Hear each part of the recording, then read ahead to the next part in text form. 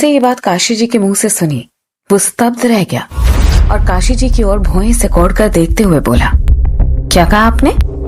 शादी, वो भी चांदनी से। आखिर ये सब क्या है पापा? आपको पता भी है कि आखिर आप ये क्या कह रहे हो? ये सब कैसे आपके दिमाग में आ सकता है? तभी काशी जी ने उसे बीच से टोकते हुए कहा, चेतन बेटे, हम कुछ सोच समझ कर ही बोल रहे हैं, पहले हमारी पूरी बात तो सुन लो, फिर कोई प्रतिक्रिया देना। लेकिन चेतन को ये बात अंदर तक लग चुकी थी। उसने काशी जी पर भड़कते हुए कहा, नहीं पापा, क्या सुनूं मैं आपकी बात? ये आप सोच भी कैसे सकते हैं कि मैं माही को धोखा दे सकता हूँ? और माही, उसका क्या? यदि ऐसा कुछ हुआ तो भगवान जाने क्या होगा। नहीं नहीं, ऐसा नहीं हो सकता। ये कहते हुए चेतन चांदनी की ओर देखते हुए बोला, चांदनी, तुमने सुना पापा क्या कह रहे हैं? चांदनी को इस तरह अपनी बात में शामिल करके चेतन उससे भी हैरान होने की उम्मीद कर रहा था, लेकिन ऐसा हो नहीं पाया। जब चेतन की इस बात पर चांदनी ने कोई रिएक्शन नहीं दिया तो चेतन समझ गया कि बात चांदनी पहले से ही जानती है। उसने चांदनी की ओर 2 कदम चलते हुए कहा, ओह, तो इसका मतलब तुम्हें ये बात पहले से पता थी कि पिताजी ऐसा कुछ सोच रहे हैं, पर फिर भी तुमने कुछ नहीं कहा। क्यों चांदनी, क्यों? ये सुनकर चांदनी दूसरी ओर देखते हुए मायूसी भरी आवाज में बोली, आई नो चेतन कि तुम्हें ये बात सुनकर बहुत हर्ट हुआ है, लेकिन मैं सिर्फ इतना ही कहूंगी, तुम सिर्फ एक बार अंकल से शांत होकर इस बात के उठने का कारण जान लो। शायद उसके बाद तुम्हें मेरी चुप्पी का कारण भी पता चल जाए। जैसे चांदनी की ओर से जब चेतन को यह जवाब मिला तब चेतन हैरानी से उसे देख रहा था। एक पल को उसने वीर सिंह की ओर भी देखते हुए व्यंगात्मक अंदाज में कहा, तो वीर सिंह, तुम कुछ नहीं कहोगे? तुम तो भाई हो माही के, तुम्हारे सामने तुम्हारी बहन के रिश्ते को तोड़ने की बात चल रही है।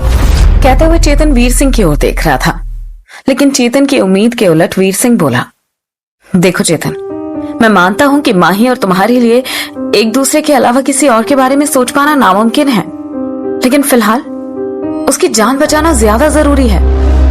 और मैं ये बात तुमसे बिल्कुल नहीं छुपाऊंगा कि इस उपाय की जानकारी सबसे पहले मुझे ही मिली थी, और उस वक्त मेरी भी वही प्रतिक्रिया थी जो इस वक्त तुम्हारी है, लेकिन मैंने किस तरह अपने दिल पर पत्थर रखा है ये सिर्फ मैं जानता हूँ। चेतन ने वीर सिंह की बात को सुना तो अजीब सी मुस्कुराहट के साथ कुर्सी पर बैठते हुए कहा, इसका मतलब मेरे अलावा ये बात सबको पता है कि चांदनी और मेरी शादी होने से माही बच सकती है, लेकिन क्या मुझे कोई बताएगा कि इस कारण के पीछे की थ्योरी क्या है, कि आखिर क्यों ये वाहियात ख्याल आप लोगों के दिमाग में आया? तब काशी जी चेतन की ओर देखते हुए बोले, देखो बेटे, हमें गलत मत समझो, ये सब सिर्फ माही को बचाने के लिए हो रहा है, और ये कोई बकवास बात नहीं है। ये सारी बातें तंत्र और काली दुनिया की समझ के साथ सामान्य स्तर पर समझने से भी पता चला है कि अगर तुम्हारी शादी माही के अलावा किसी और से होती है तो तुम उस काली दुनिया में निस्वार्थ प्रवेश करोगे, और उस दुनिया के नियम ये कहते हैं कि काली दुनिया में स्थिरता रखने के लिए इंसान की आत्मा का निस्वार्थ होना बहुत जरूरी है, क्योंकि माना जाता है काली दुनिया में जाने वाली सभी आत्माएं अपने सारे सांसारिक मोह इसी संसार में छोड़कर जाती है। उसके बाद ही उस दुनिया में कोई बिना किसी समस्या के विचरण कर सकता है, और यही कारण है कि जितनी बार भी तुम अब तक उस दुनिया में गए थे, हर बार माही के प्रति तुम्हारा मोह तुम्हें वहां रुकने नहीं दे रहा था। शायद अब तुम समझ गए होंगे कि ये ना सिर्फ हमारी शक्तियों की कमजोरी है, बल्कि इसमें तुम्हारे मन का स्वार्थ भी है।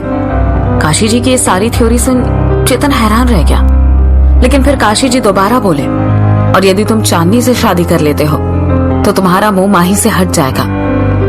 वैसे भी तुम जानते नहीं, लेकिन कहते हुए अचानक ही काशी जी रुक गए। चेतन ने उनकी आखिरी लाइन पर ध्यान नहीं दिया, बल्कि वो तो उस थ्योरी के बारे में सोच रहा था जो कि माही की जान बचा सकती थी। चेतन अपनी जगह से उठा और बिना कुछ कहे ही वहां से बाहर चला गया। अचानक वीर सिंह उसके पीछे जाने लगा तो मार्तंड जी उसे रोकते हुए बोले, नहीं वीर बेटा, कुछ पल उसका अकेले रहना ही ठीक है, इससे उसे सोचने का भी वक्त मिलेगा। जाने दो उसे। पहली बार उसे यह एहसास हुआ है कि माही को ना बचा पाने में उसकी भी गलती है। इस सच को सह पाने के लिए उसके लिए एकांत बहुत जरूरी है।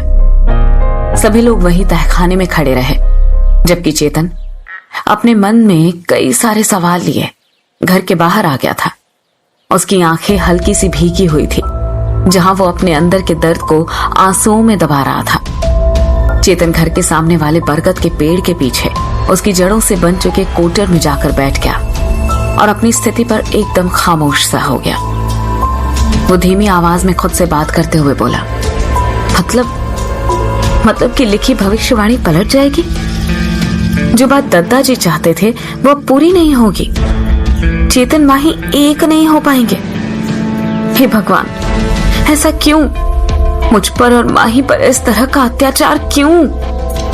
कहते हुए चेतन अपने माथे पर हाथ रखकर बैठ गया। कुछ देर यूं ही बैठे रहने के बाद वो दोबारा बोला, नहीं, ऐसा नहीं हो सकता। किस्मत का लिखा कैसे पलट सकता है? नहीं, माही को मैं धोखा नहीं दे सकता, लेकिन उसकी जान को खतरा भी तो है। और अगर पापा की बात सच है तो इसमें मैं भी जिम्मेदार हूँ। साथ ही अगर मैं माही को बचाने के लिए दोबारा काली दुनिया में जाता हूँ तो चक्रवात से सौदे के मुताबिक मैं अब आखिरी बार वहां जा सकता हूँ। पर अगर मैं उसे नहीं बचा पाया तो सब खराब हो जाएगा। मैं खुद वहां फंस जाऊंगा। आखिर मैं अब क्या करूं? कुछ समझ नहीं आ रहा। ये कहते हुए चेतन सिर झुकाकर बैठ गया।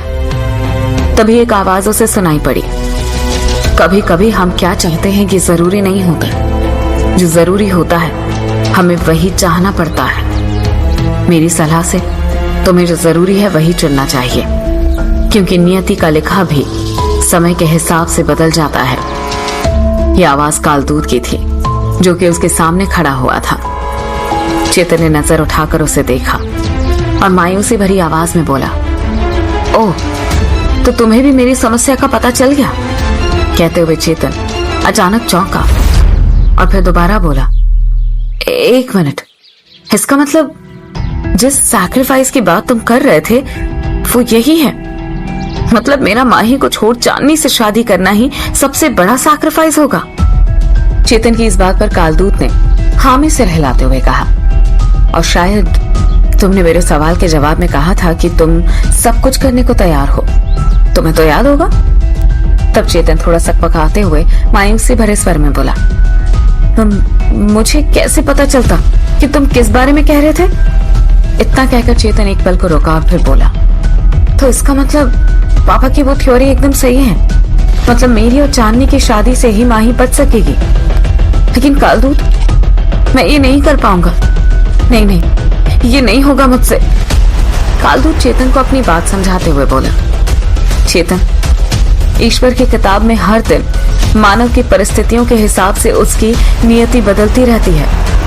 हो सकता है शायद तुम्हारी नियति अब यही हो। अब तुम्हें तय करना है कि तुम्हें क्या चाहिए। वो दोनों बातें कर ही रहे थे कि अचानक चांदनी उसे ढूंढते हुए बरगद के पेड़ के पास पहुंच गई और बिना कुछ कहे उदास बैठे चेतन के बाजू में बैठ गई। दोनों काफी देर तक कुछ न बोले। इसी बीच कालदूत भी वहां से चला गया था। काफी देर की चुप्पी के बाद चांदनी अपनी चुप्पी तोड़ते हुए बोली, चेतन, आई एम सॉरी, मैं तुम्हें बात नहीं बता पाई, लेकिन अब सोचती हूँ कि बताती भी तो कैसे। खैर, मैं अपने मन की एक बात कन्फेस करने आई हूँ। मैं जानती हूँ मैं क्या कोई भी माही की जगह नहीं ले सकता, लेकिन सच कहूँ तो मैं भी तुमसे प्यार करने लगी थी। ये सुनते ही चेतन चौंक गया और उसे देखने लगा, लेकिन कुछ ना बोला। तब चांदनी ने दोबारा अपनी बात कहना शुरू किया, लेकिन जब एक प्योर लव मैंने माही के लिए तुम्हारी आंखों में देखा तो मुझे कभी ये महसूस ही नहीं हुआ कि मैं कभी वो जगह एक्सपेक्ट कर सकती हूँ। तुम और माही ही हमेशा एक दूसरे के लिए परफेक्ट हो।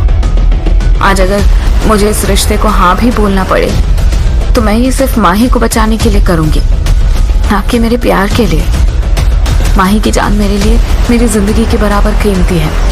आई होप तुम मुझे गलत नहीं समझोगे। इतना कहकर चांदनी वहां से चली गई। चेतन उसे जाते हुए देखता रहा। जहां एक तरफ चेतन अपने रिश्ते को लेकर उलझन में था, तो वहीं फूलपुर में कूपत और कुशाद मारू के घर तक पहुंच गए थे। और जैसे वो मारू के घर के बाहर पहुंचे तो मारू उन्हें घर के बाहर ही मिल गया। उसे देखते हुए कूपत बोला, महोदय, क्या आप ही मारू हैं जो वीर सिंह के मित्र हैं? मारू उसे देख तुरंत पलटते हुए बोला, कौन वीर सिंह? मैं किसी वीर सिंह को नहीं जानता। ये कहते हुए मारू तेजी से अपने घर के दरवाजे की ओर बढ़ने लगा। कुपत ने तुरंत ही कुशाद को इशारा किया। कुशाद ने मारू को भागकर पकड़ लिया और अपनी बाहों में दबोचते हुए हवा में उठा लिया। तब कुपत बोला, देखिए मेरा छोटा भाई थोड़ा ज्यादा गुस्से वाला है। सच बता दीजिए कि वीर सिंह हमें कहाँ मिलेगा, तो हम आपको सही सलामत छोड़ देंगे, वरना आप खामखा अपनी जान से हाथ धो बैठोगे। तब मारू तुरंत डरते हुए बोला, हाँ मैं जानता हूँ वीर सिंह को, लेकिन वो तो गांव में है ही नहीं, मैं तो उससे सालों से नहीं मिला। ये सुनते ही कुपत जोर से हंसने लगा और बोला, एक और झूठ। छोटे, जरा महोदय को अपने बाहुबल का परिचय दीजिए। ये सुनते ही कुशाद ने मारू को और ज्यादा तेजी से कस लिया, जिससे उसकी चीख निकलने लगी। मारू की चीखें सुनकर उसकी पत्नी अपने बच्चे के साथ बाहर आ गई और चिल्लाते हुए बोले, अरे अरे अरे क्या कर रहे हैं भैया, छोड़िए इन्हें, काहे हाथापाई कर रहे हैं। ये सुनते ही कुपत तुरंत बोला, ओह ये तो भाभी जी है, साथ में लल्ला भी है। छोटे, उन्हें छोड़िए, लल्ला को उठा लीजिए, तब जाकर ये सच बताएंगे। जैसे कुशाद मारू को छोड़ उसके बच्चे को उठाने के लिए आगे बढ़ा, मारू टूट गया और गहरी गहरी सांसें लेते हुए बोला, रुको रुको बताता हूँ, लेकिन आप लोग जो भी हैं अभी अच्छा नहीं कर रहे। किसी को इस तरह से मजबूर करना सही नहीं। हम तो अपनी पत्नी बच्चे के कारण आज अपने मित्र से धोखा कर रहे हैं, लेकिन देखना ऊपर वाला आप लोगों को नहीं छोड़ेगा। ये सुनते ही कुशाद चिल्लाते हुए बोला, ये ज्ञान की बात ना किसी और को सिखाना, सीधे मुद्दे पर आ। ये सुनते मारू घबरा गया। तब कुपत फिर बोला, अरे अरे छोटे, थोड़ा सम्मान करो, ये तो हमारी मदद कर रहे हैं। जी बताइए महोदय। तब मारू बोला, वो लोग यहाँ से थोड़ी दूर पर स्थित एक गांव धारपुरा में किसी वैद्य के घर में ठहरे हुए हैं। वैद्य का नाम मुझे याद नहीं, हमका लगता है इतना काफी होगा। ये सुनते कुपत बोला, धन्यवाद महोदय, लेकिन ध्यान रहे अगर हमारे आने की खबर हमसे पहले धारपुरा पहुंची तो अपने परिवार को मुखाग्नि आप स्वयं देंगे। इतना कहते हुए दोनों भाई वहां से निकल गए। तभी कुपत बोला, चलो बाबा जी के दुश्मनों का ठिकाना मिल ही गया। दूसरी ओर चेतन अब भी वहीं बरगद के पेड़ के नीचे ही बैठा अपने मन के ख्यालों की उधेड़-बुन में लगा था। चांदनी के जाते ही कालदूत वापस आ गया और चेतन से बोला, हमें चांदनी की नियत पर गर्व महसूस हो रहा है बंधु। जरा खुद सोचो, वो ये बात अच्छी तरह से जानती है कि इस रिश्ते को हाँ करने के बाद शायद सबसे ज्यादा नुकसान उसी का है। ये सुन चेतन कालदूत की ओर देखने लगा और थोड़ा चांदनी के प्रति नफरत भरी भावना से बोला, कैसी बात कर रहे हैं कालदूत, उसमें उसका क्या नुकसान? तुमने सुना नहीं, वो हमसे प्यार करती है ना, नुकसान तो हमारा है। माही को बचाने का सोचे तो भी माही के दुख को, उसके मन के दर्द को, अरे वो छोड़ो, हम अपने मन के दर्द को कैसे हैंडल कर सकेंगे? ये सुनकर कालदूत मुस्कुराते हुए बोला, चेतन, माना तुम्हारे लिए तुम्हारा दुख बड़ा है, लेकिन एक बार जरूर चांदनी के बारे में भी सोचो, क्योंकि भले ही उसने तुमसे प्यार किया, लेकिन क्या बदले में उसको भी प्यार मिलने की संभावना है? नहीं। और ये बात वो बहुत अच्छे से जानती है कि अगर तुम्हारा विवाह हो भी गया तो उसे तुमसे प्रेम मिल पाने की कोई संभावना नहीं है। वो तो सिर्फ माही को बचाने के लिए केवल एक समझौते के आधार पर इस परिणय सूत्र में बंधने को तैयार है। तो याद रखो, जितना जीवन तुम्हारा दांव पर है उतना ही उसका भी है। अगर माही को बचाना है तो एक बार इन सारी बातों पर विचार करो और फिर फैसला लो। इतना कहकर कालदूत वहां से चला गया, लेकिन चेतन के दिमाग में कई सारे ख्याल घूम रहे थे और चेतन को उसका हल नहीं मिल पा रहा था। काफी देर अकेले बैठकर विचार कर लेने के बाद चेतन खड़ा हुआ और दोबारा बोला, शायद मुझे अपने मन की बात सुननी चाहिए। मैंने फैसला कर लिया है कि मुझे क्या करना है। माही, तुम फिक्र मत करना, मैं तुम्हें बचा लूंगा। कहते हुए चेतन घर की ओर निकल गया। अगर आपको ये वीडियो अच्छा लगे तो क्या है चेतन का फैसला? करना, क्या वो इस रिश्ते को नकार कर कोई और रास्ता खोजेगा, अच्छा या वो चांदनी से शादी करने को राजी होगा? जानने के लिए सुनते रहिए खूनी बधू।